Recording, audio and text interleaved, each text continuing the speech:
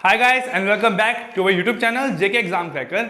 सो last class में हमने आपका कोऑर्डिनेट ज्योमेट्री पढ़ा था। उसमें कुछ छोटे से आपके कंसेप्ट रह गए थे, मैं आपको लास्ट क्लास में नहीं बता पाया था।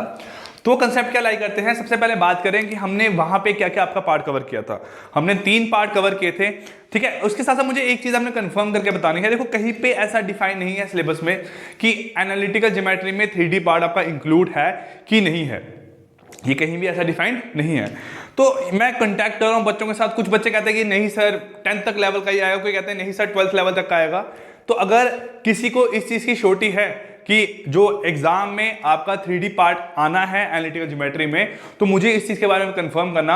आप सबके पास मेरा नंबर है, मुझे इस नंबर पर बताना कि सर ऐसा है कि नहीं है, ठीक है। जहां फिर आप मैसेज कर देना यहाँ पे, ठीक है, कमेंट बॉक्स में। लेकिन इस चीज की श्योरिटी होनी चाहिए। अगर है तो बेटा उसके ऊपर नियर अबाउट आपकी 3 वीडियोस और बनेगी ना, वो आपकी जो कोर्स है, जो आपका पहला कंप्लीट कोर्स था, वहां पे अपलोड होगी वीडियोस वो। और कोशिश है मेरी जो आपकी वाइटल इवेंट और उसके साथ साथ टाइम एनालिसिस के बारे में जो वीडियोस रहती हैं आपकी, उनको हम किसी एक दिन में ही सारी की सारी जो वीडियोस हैं वो आपकी अपलोड कर देंगे। और आप लोग अपना जो स्टार्टिंग से तैयारी कर रहे हैं वहां से अपने पार्ट को कवर कर लेना, ठीक है। सो देखिए गाइस, हमने क्या पढ़ा था लास्ट क्लास में। हमने पढ़ लिया था आपका, एक पढ़ा था सेक्शन फॉर्मूला, एक पढ़ा था डिस्टेंस फॉर्मूला, और तीसरा हमने पढ़ा था एरिया ऑफ ट्राइंगल। अब एरिया ऑफ ट्राइंगल में आगे क्या आता है, जब एरिया ऑफ ट्राइंगल निकालते हैं तो मैंने बताया जब area of triangle equal to 0 आता है, इक्वल टू आता है आपका यहाँ पे 0 आता है, तो हम बोलते हैं जो तीनों लाइंस है वो आपस में कैसे हैं, कोलिनियर है। कैसे हैं, collinear.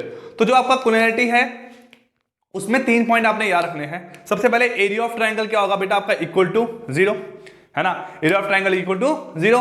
Slope of A B equal to slope of B C equal to slope of C A lie करता है आपका यहाँ पे। आपको स्लोप का कंसेप्ट इतना नहीं है तो कोई दिक्कत की बात नहीं है, बस आपको ये पॉइंट याद रखना है, ठीक है। जो स्लोप ऑफ ए बी होगा वो equal to slope of B C equal to slope of C A, मतलब जो आपका ट्राइंगल बन रहा है उसमें जो तीनों स्लोप्स हैं वो आपकी क्या होंगे, यहाँ पे बराबर निकल के आएंगे। देन नेक्स्ट बात करूं, यहाँ पे इंसेंटर एक पॉइंट लाई करता है। एक आपका इंसेंटर है, एक आपका सर्कमफ्रेंस है, और एक क्या आपका यहाँ पे सेंट्रॉइड है। ये 3 आपने डेफिनेशंस याद रखनी है और एग्जाम में हो सकता है इन पे क्वेश्चन आपको पूछा जाए। उसके साथ साथ आपको याद रखना है जो आपका स्क्वायर है, स्क्वायर और रोम्बस में फर्क क्या लाई करता है। अगर बेटा स्क्वायर और रोम्बस के फर्क के बीच की बात करूं ना, तो स्क्वायर आपका जो है वो कैसा है, उसकी अपोजिट साइड कैसी है, इक्वल है। कैसी है यहाँ पे आपकी, इक्वल है, ठीक है। सॉरी, उसकी चारों की चारों साइड क्या है आपकी, इक्वल है। प्लस जो डायगोनल्स है स्क्वायर के वो भी क्या होते हैं आपके, इक्वल होते हैं।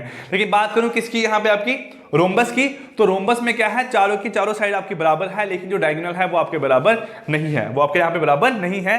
एक डायगोनल हमेशा छोटा होगा दूसरे वाले से आपका। उसके साथ साथ रेक्टेंगल और पैरेललोग्राम में क्या फर्क है। रेक्टेंगल में क्या है, आपकी जो अपोजिट साइड है वो कैसी है, मेरे पास इक्वल है, ठीक है। ये दोनों कौन से हो गए, जिसमें जो चारों की चारों साइड क्या है आपकी बराबर लाई करती है। इनमें क्या है आपकी अपोजिट साइड कैसे होती है, यहाँ पे बराबर होती है। तो वही यहाँ पे लाई कर रहा है आपका कि opposite side are equal, opposite sides are equal. यहाँ पे क्या है, डायगोनल्स इक्वल, यहाँ पे क्या है, डायगोनल अनइक्वल। ये आपको पॉइंट याद रखने हैं क्योंकि आपको क्वेश्चन एग्जाम में निकालने को बोलेंगे, आपको कोऑर्डिनेट के फॉर्म में क्वेश्चन आएंगे। मैं ये बताने के बाद आपको कुछ आज फिर से क्वेश्चन करवाने वाला हूं बेस्ड ऑन कोऑर्डिनेट ज्योमेट्री पे, ठीक है। तो देन हम आपका नेक्स्ट क्लास में स्टार्ट करेंगे मैट्रिक्स एंड डिटर्मिनेंट के बारे में। अब देखो यहाँ पे क्या है आपका इन सेंटर क्या है, जब एक ट्राइंगल के 3 कोऑर्डिनेट या 3 वर्टेक्स आपको in the form of coordinate system में गिवन है। कैसे आपको x1 y1 x2 y2 और ये क्या आपका x3 y3, ठीक है। एक ट्राइंगल के जो 3 आपके वर्टिसेस हैं x2 y2 और x3 और y3, ये गिवन है आपको यहाँ पे, है ना।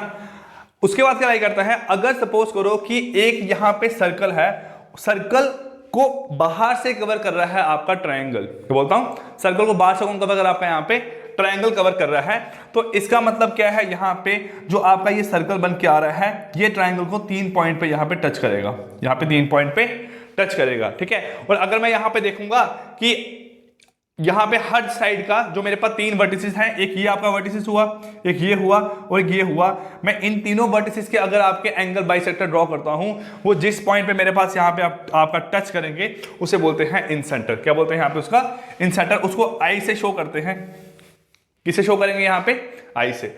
बोला है the centre of the circle which touches the sides of a triangle is called it's in centre, is called it's in centre, ठीक है। मेरे पास क्या है, एक जो सर्कल है जो करता है मेरे पास सर्कल का सेंटर, जो कि ट्राइंगल की साइड्स को टच कर रहा है, 1, 2 और 3 साइड को, उसको बोलते हैं यहाँ पे मेरे पास क्या, इन सेंटर। देन क्या है, incentre is the point of intersection of internal angle bisector of a triangle. जो ट्राइंगल के इंटरनल एंगल बाइसेक्टर है उसका जो पॉइंट है मिलता है, वो मिलके जो बनता है उसे बोलते हैं आपका यहाँ पे क्या, इन सेंटर।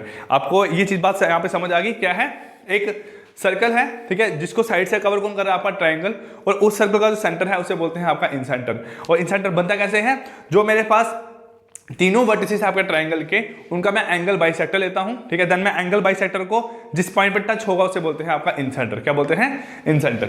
नेक्स्ट यहां पे आता है आपका सेंट्रॉइड। क्या आता है आपका यहां पे, सेंट्रॉइड।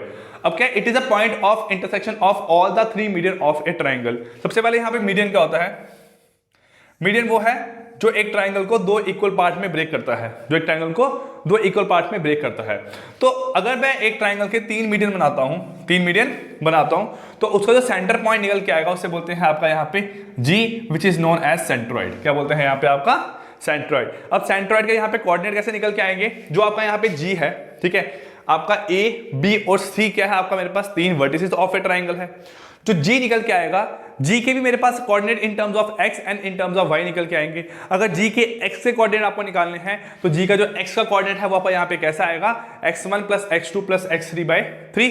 और जो आपके y के कोऑर्डिनेट है, ठीक है, वो कैसे निकल के आएगा, y equal to y1 plus y2 plus y3 upon 3। ये मेरे पास क्या आएगा आपका यहाँ पे, सेंट्रॉइड। ये भी फॉर्मूला आपने ध्यान में रखना है। देन नेक्स्ट आपका आता है यहाँ पे सर्कमसेंटर। क्या आता है यहाँ पे आपका, सर्कमसेंटर।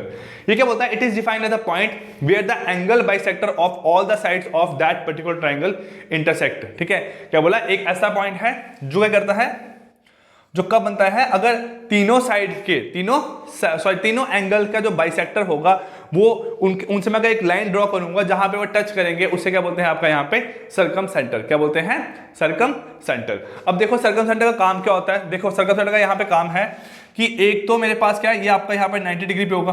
कैसे होगा, यहाँ पे आपका ये 90 डिग्री पे होगा, प्लस जो यहाँ पे OA है वो इक्वल टू OB होगा, वो इक्वल टू क्या होगा आपका यहाँ पे OC लाई करेगा। ये कंसेप्ट आपका लाई करता है किसका, सर्कमसेंटर का। Clear. So guys, I hope आपको ये 4-5 जो चीजें रह गई थी लास्ट क्लास में बताने वाली, वो यहाँ पे बता दिया है आपको, और उम्मीद करता हूँ ये चीज आपको अच्छे से यहाँ पे समझ आ गई होगी। इतना ही पार्ट आपका एग्जिस्ट करता है 2D में, हम 3D नहीं पढ़ रहे हैं। मेरे को इस बात की श्योरिटी नहीं है, मैंने कंफर्म किया है 1-2 जगह से, अगर उसकी कंफर्मेशन मुझे आज मिल जाएगी तो मैं कल आपको 3D वाली वीडियोस प्रोवाइड करवा दूंगा, और उस पे आपको जो क्रैश कोर्स में क्वेश्चंस करवा दूंगा, और जो आपका कंप्लीट कोर्स चल रहा था स्टार्टिंग से उसमें आपके कुछ वीडियोस ऐड कर दूंगा। Clear guys. तो गाइस आप यहाँ पे इसके स्क्रीनशॉट ले सकते हो, देन हम कुछ क्वेश्चंस करते हैं बेस्ड ऑन सच टॉपिक्स। चलिए गाइस, यहाँ पे आपके 2 क्वेश्चन देखते हैं। ठीक है, फर्स्ट क्वेश्चन है, बोला गया if the coordinates of the mid point of the sides of a triangle of the sides of the triangle, ठीक है, are 1 1 2 -3 3 4, then find the coordinates of the centroid. बोला गया mid point of the side of a triangle. देखो यहाँ पे क्या है, अगर मैं बात करूं, ये आपका ट्राइंगल है, ठीक है, इसके ट्राइंगल की जो साइड्स हैं उसका जो मिड पॉइंट है उसके कोऑर्डिनेट आपको यहाँ पे गिवन है, उसके यहाँ पे कोऑर्डिनेट आपको गिवन है। अब देखो यहाँ पे क्या है, अगर ये कोऑर्डिनेट आपको यहाँ पे गिवन है तो कैसे यहाँ पे हो सकते हैं। आप देखो, आपको बोला गया है यार, देखो सपोज करो ये आपका A है जिसको मैंने लिया यहाँ पे x1, y1, है ना। ये आपका B है जिसे मैंने क्या लिया यहाँ से आपका x2, y2। ये आपका C है जिसे लिया x3, y3, है ना। उसके साथ साथ आपको मिड पॉइंट गिवन है। यहाँ पे मिड पॉइंट क्या है बेटा, यहाँ पे आपके 1, 1 2, -3 1, 1, और यहाँ पे क्या है 2, -3 3, 4। ये आपके मिड पॉइंट यहाँ पे गिवन है साइड्स के। अब क्या है, देखो जो यहाँ पे जो ये 1 है, जो यहाँ पे जो 1 है, अब इतना आपको पता है B और C का मिड पॉइंट क्या होगा, ये वाला पॉइंट। मैं यहाँ पे इसको नाम देता हूँ आपका D, इसको नाम दिया E, और इसको नाम कर दिया आपका F। जो यहाँ पे बेटा D है वो BC का मिड पॉइंट है, E है AC का मिड पॉइंट है, F क्या है आपका AB का मिड पॉइंट है। ये बात आपको यहाँ पे क्लियर है। आप यहाँ कैसे करोगे, सिंस, ठीक है, D is mid point of BC, D is mid point of BC। तो अगर D मिड पॉइंट है BC का, तो इसका मतलब ये x के कोऑर्डिनेट को जो यहां से यहां का डिस्टेंस होगा उसको आधा कर देगा इस साइड और आधा कर देगा इस साइड, है ना। अब आधा इस साइड और आधा इस साइड करने के बाद इसके खुद के कोऑर्डिनेट निकल के आएंगे, है ना। अब यहां क्या बोला गया है, देखो यहां बोला गया है x2 plus x3 upon 2 equal to 1, x2 plus x3 upon 2 equal to 1, मतलब यहां क्या बनेगा x2 plus x3 equal to 1। Similarly अगर y के कोऑर्डिनेट निकालना है, y के कोऑर्डिनेट इसका 1 है, तो y2 प्लस y3 इन दोनों का जो आपका डिस्टेंस आएगा उसको मैं हाफ करूंगा, वो मेरे पास क्या बन के आएगा आपका 1। तो बोलोगे यहाँ पे आपका y2 plus y3 upon 2 equal to 1, ये बनेगा आपका यहाँ पे क्या, आप बोलोगे y2 plus y3 equal to 2, ये निकल गया आपका यहाँ से। देन नेक्स्ट क्या आएगा आपका यहाँ से, सिमिलरली इसके लिए आपका AC के लिए क्या आएगा, आप बोलोगे AC वाले के लिए यहाँ पे क्या निकल के आएगा, AC का E क्या है, मिड पॉइंट, E क्या है मिड पॉइंट। तो E का जो 3 निकल के आया वो कैसे निकला, x3 प्लस x1, मतलब बोल सकते हैं यहाँ पे x1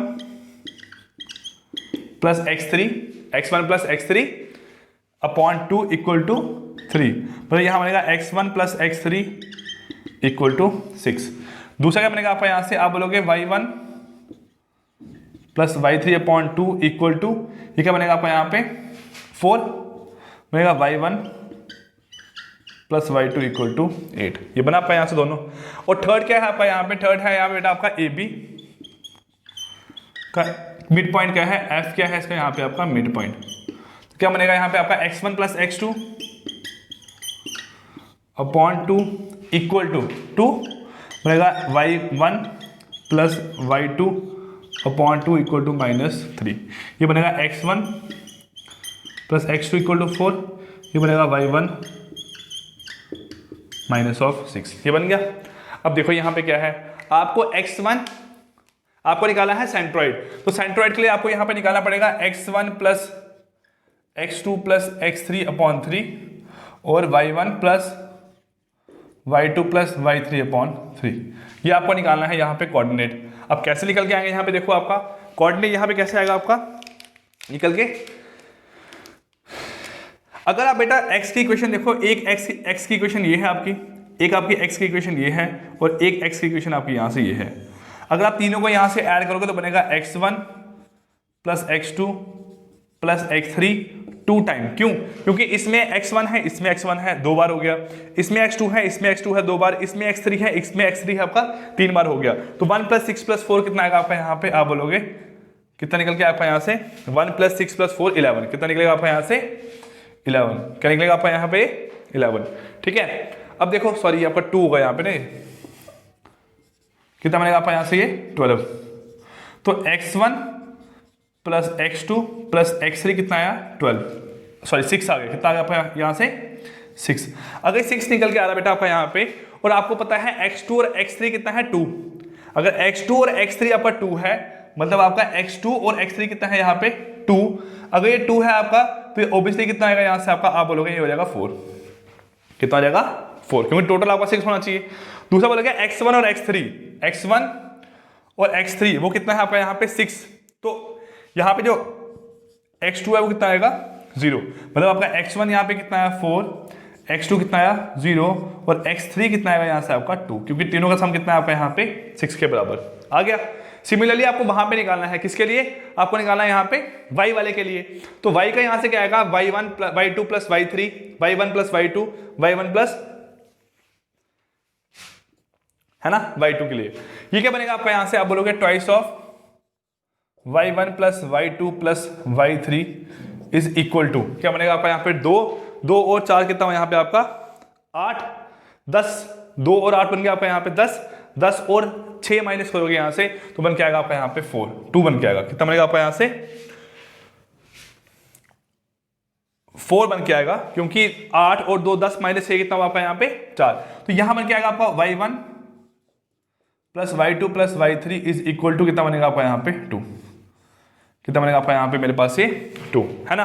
अब निकालो यहाँ पे आपको वैल्यू y2 और y3 आपका 2 है, y2 और y3 आपका कितना यहाँ पे 2, तो y1 कितना होगा यहाँ पे आपका 0, y1 कितना होगा आपका यहाँ पे 0।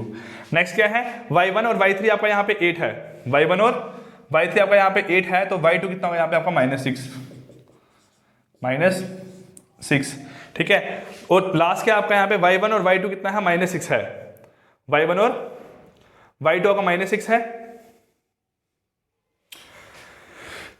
y1 आपका यहाँ पे 0 आया, फिर देन y1 0 है तो y3 आपका यहाँ पे कितना आएगा, y3 आपका यहाँ पे कितना आएगा 8, कितना आएगा आपका यहाँ पे 8, ये निकल गया। अब आपको कोऑर्डिनेट निकालने हैं x1 + x2 + x3 अपॉन 3, तो ये क्या बनेगा आपका यहाँ पे g के कोऑर्डिनेट सेंट्रॉइड के g is equal to x1 + x2 + x3 upon 3, ये कितना बनेगा आपका यहाँ से। आप इसको यहां से भी सीधा निकाल सकते थे ना, तो इसके लिए आपको यहाँ पे पहले तो सबकी वैल्यू निकालनी पड़ी। अगर यहां से इसको नहीं भी निकालते तो तब भी आपका आंसर निकल के आ ही जाता। वो क्या है आपका यहाँ पे x1 + x2 + x3 कितना है आपका यहाँ पे 6, तो 6 अपॉन 3 करते है ना। y1 + y2 + y3 कितना आपका यहाँ पे 2, तो करते हैं यहाँ पे आप 2 अपॉन 3 करते, तो सिंपली आपका यहाँ पे g कितना निकल गया था 2 और 2/3, ये आपका यहाँ पे आंसर आया सेंट्रॉइड। मैंने ध्यान नहीं दिया यहाँ पे, लेकिन हम सिंपल भी यहाँ पे सीधा इसका आंसर निकाल सकते थे। कितना आंसर आया यहाँ पे आपका 2 और 2/3। लेकिन हाँ, यहाँ पे अगर कोऑर्डिनेट निकालने होते हैं सारों के, तो आपको ए के कोऑर्डिनेट निकालने हैं, बी के कोऑर्डिनेट निकालने हैं, सी के कोऑर्डिनेट निकालने हैं, तो आप क्वेश्चन को इस तरीके से निकालते। देखो, एक क्वेश्चन के थ्रू आपने दो कंसेप्ट को यहाँ पे दिमाग में डाल दिया और इस चीज को समझ में आ ही गया होगा आपको। यहाँ पे कोई इतना अजीब क्वेश्चन नहीं था, बस कंसेप्ट समझना था कि मेरे पास मिड पॉइंट का मतलब क्या है, यहाँ पे वो आपको क्लियर हो गया। अब find the name the type of coordinator form, in point से कैसा कोऑर्डिनेटर बन के आएगा। मैं आपको बता चुका हूं अभी ही कि कोऑर्डिनेटर कैसे फॉर्म होता है आपका यहाँ पे। सपोज करो आपका कोई कोऑर्डिनेटर है, हमें पता नहीं स्क्वायर है, रेक्टेंगल है, रोम्बस है, क्या है हमें नहीं पता। यहाँ पे हमने यहाँ पे सबसे पहले देखना है आपका क्या, इसके कोऑर्डिनेट यहाँ पे लिखो। ये आपका ए कोऑर्डिनेट है, बी कोऑर्डिनेट है 1, 0, सी कोऑर्डिनेट है -1, 2 और डी कोऑर्डिनेट क्या है -3, 0। ये इसके यहाँ पे 4 कोऑर्डिनेट है। अब क्या है, अगर मैं निकालूं यहाँ पे ए बी, आपको चेक करनी है पहले तो A B, B C, C D और डी है कि इनमें आपस में रिलेशन क्या निकल के आ रहा है, और फिर उसको डायगोनल को चेक करना है आपने। तो निकालो यहाँ पे, पहले आपने चेक किया ए बी का डिस्टेंस कितना है, तो ए बी कितना बनेगा आपका यहाँ पे डिस्टेंस के फॉर्म से 1 -1 2 का स्क्वायर प्लस 0 -2 बनेगा यहाँ पे आपका, फिर से -2 का स्क्वायर, वो कितना बनेगा 4। तो ये आंसर कितना निकल के आएगा आपका यहाँ पे 4 + 4 8 √8 आंसर यहाँ पे इसका निकल के आपका आएगा। ठीक है, नेक्स्ट देखो क्या आपका यहाँ से, अगर आप निकालोगे बी और सी का, तो वो कितना आएगा आपका यहाँ पे बी सी का -1 ये कितना बनेगा आपका यहाँ पे -1 कितना आएगा आपका यहाँ पे -2 का स्क्वायर और 2 -0 का स्क्वायर, ये कितना बन के आएगा आपका यहाँ पे 2 का square which is equal to, फिर से आपका क्या आएगा √8। क्या आएगा सी डी आपका यहाँ पे, देखो सी डी बनेगा आपका यहाँ से सी से डी का, तो क्या बनेगा यहाँ से आपका -3 + 1 ये बनेगा आपका फिर से 2 का स्क्वायर और फिर 0 -2 फिर से बनेगा आपका 2 का square which is equal to √8। Then last में आपका डी और ए क्या बनेगा आपका यहाँ से मेरे पास बनेगा आपका -1 + 3 फिर बनेगा 2 का स्क्वायर और -2 -0 बनेगा आपका फिर से 2 का स्क्वायर इक्वल टू √8। इतना तो आपको यहाँ पे क्लियर हो गया कि जो फिगर बन के आई है ये जहाँ तो आपका रोम्बस है, जहाँ तो आपका क्या है यहाँ पे स्क्वायर है। अब बात आती है डायगोनल बराबर है कि नहीं है। अगर बेटा यहाँ पे इसके डायगोनल्स बराबर हैं तो इसका मतलब ये क्या है आपका स्क्वायर, अगर नहीं है तो ये क्या बन के आएगा आपका यहाँ पे रोम्बस। देखो यहाँ पे डायगोनल का मतलब है ए से सी का डिस्टेंस और बी से डी का डिस्टेंस, तो निकालो यहाँ पे ए सी कितना बन के आएगा आपका यहाँ पे, ए सी बनेगा यहाँ पे -1 और वहां पे क्या आपका -1, तो आप निकालोगे यहाँ पे -1 + 1 वो कितना बनेगा आपका यहाँ से -1 + 1 का होल स्क्वायर 0 का स्क्वायर प्लस दूसरा क्या बनेगा आपका यहाँ पे 2 -2 का स्क्वायर मतलब बनेगा आपका यहाँ पे 4 का स्क्वायर इज इक्वल टू आपका आंसर आएगा 4। देन दूसरा आपने निकालना है यहाँ पे बी डी, क्या निकालना है बी डी, तो बी डी आपका यहाँ से क्या बन के आएगा बी से डी का डिस्टेंस आप यहाँ अगर निकालोगे ये -3 -1 ये बनेगा आपका 4 का स्क्वायर और दूसरा आपका यहाँ पे 0 का स्क्वायर और फिर से कितना निकल के आएगा आपका 4। तो यहाँ पे क्या हुआ है इसके डायगोनल्स भी आपके बराबर निकल के आ गए। तो इस वाले में क्या हुआ कि डायगोनल भी बराबर आए हैं आपके और प्लस साथ में आपको यहाँ पे क्या है जो साइड्स थी वो भी आपकी इक्वल निकल के आई है। तो मतलब ये फिगर आपकी कैसी है यहाँ पे आप बोलोगे स्क्वायर है। कैसा आपका यहाँ पे स्क्वायर, क्लियर, ठीक है। तो इस तरीके से आपने यहाँ पे क्वेश्चन निकालने हैं जब आपको एग्जाम में आएंगे बेस्ड ऑन कोऑर्डिनेट ज्योमेट्री पे। आई होप हमने लास्ट क्लास में 7-8 क्वेश्चन किए थे, शायद 2-3 क्वेश्चन आपने यहाँ पे कर लिए हैं, तो इससे आपको जितना भी कंसेप्ट था कोऑर्डिनेट ज्योमेट्री का वो आपको क्लियर हो गया होगा। Clear guys? तो आज इतना ही रखते हैं, कल हम मूव करेंगे आपका मैट्रिक्स पे और देन परसू करेंगे आपका डिटर्मिनेंट, और आपका मैथ वाला पार्ट जो है उसका क्रैश कोर्स आपका कंप्लीट हो जाएगा, फिर देन हमने आपका स्टैट वाला पार्ट कवर करना है। Clear guys? सो मिलते हैं कल आपकी नेक्स्ट क्लास में, तब तक के लिए take care, goodbye, thank you.